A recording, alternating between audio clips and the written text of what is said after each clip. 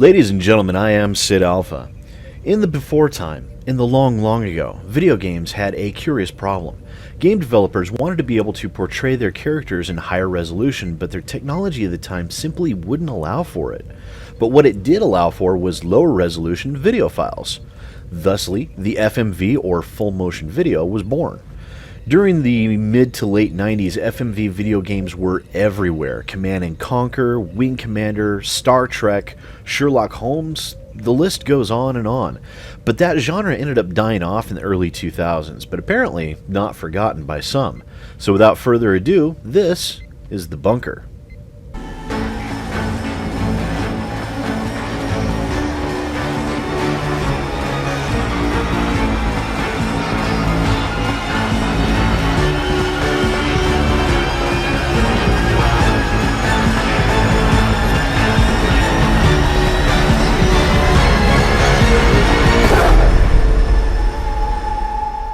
Now, The Bunker is, as I said, an FMV video game that is done very much in homage to its roots in the late 90s. Featuring a brilliant cast of actors, Bunker sets the stage for a dystopian recent past where there was some sort of war in which Britain was struck with multiple nuclear weapons.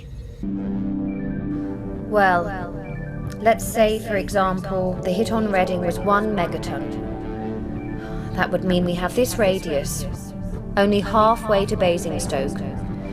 Now maybe that looks small, but that's around 100,000 fatalities, maybe 80,000 injuries from the blast and the fireball. That's just to start with.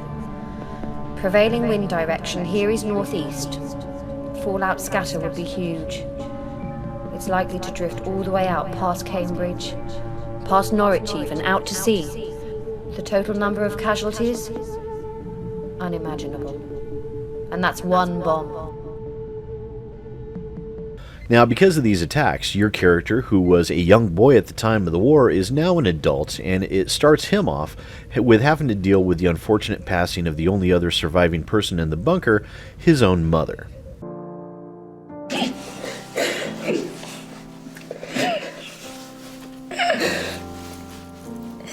He was concealed by the time behind another trunk.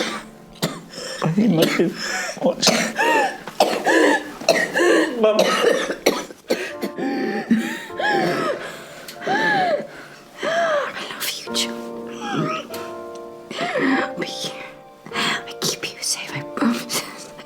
Shortly after her death, John follows his common routine for a few days until things start to go wrong.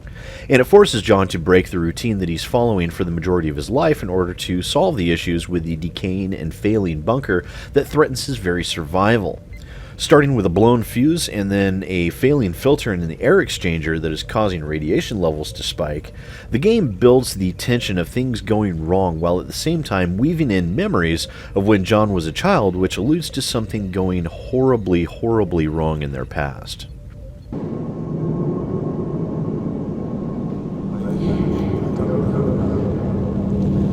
It's not radiation.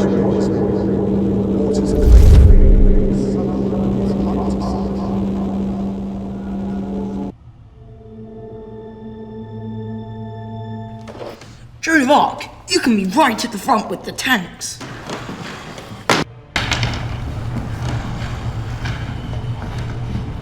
So out with it. What couldn't you tell me yesterday? There's no hope for any of them. I don't know. It's not radiation poisoning. The water's clean, the air is clean. It's not the food. And yet the symptoms. I can't shake the feeling that someone is up to something. Damn it, George. We don't have time for your fantasies. You need to figure this out with facts. We don't know where this thing comes from or how it will spread. We have no cause, we have no cure. We just don't have the resources to deal with it. There is no help. There is no cavalry. There's just us. So get yourself together and fix this. Do you understand me? What's that? Cooling system. I'm sorry, Mr. Bishop. I'm just on edge. This place, it's full of ghosts.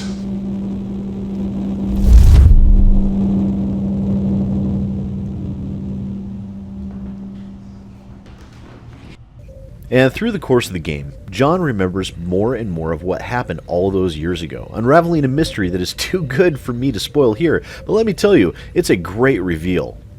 The pacing of the entire game is masterfully done here. The actors really showed their chops, and I have to give major props to Adam Brown, who plays the main character John, and yeah, Mr. Brown, he absolutely shined in this with impeccable emoting and timing. He really drew me in and made me feel like I was right there with John.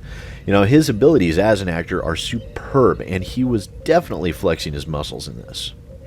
As was everyone else here, don't get me wrong. Sarah Green, who I've seen in other titles such as the movie Burnt, Vikings, and Penny Dreadful. She's been in all of those, and she makes her return to video games in the bunker, having already done voice acting in other games in the past.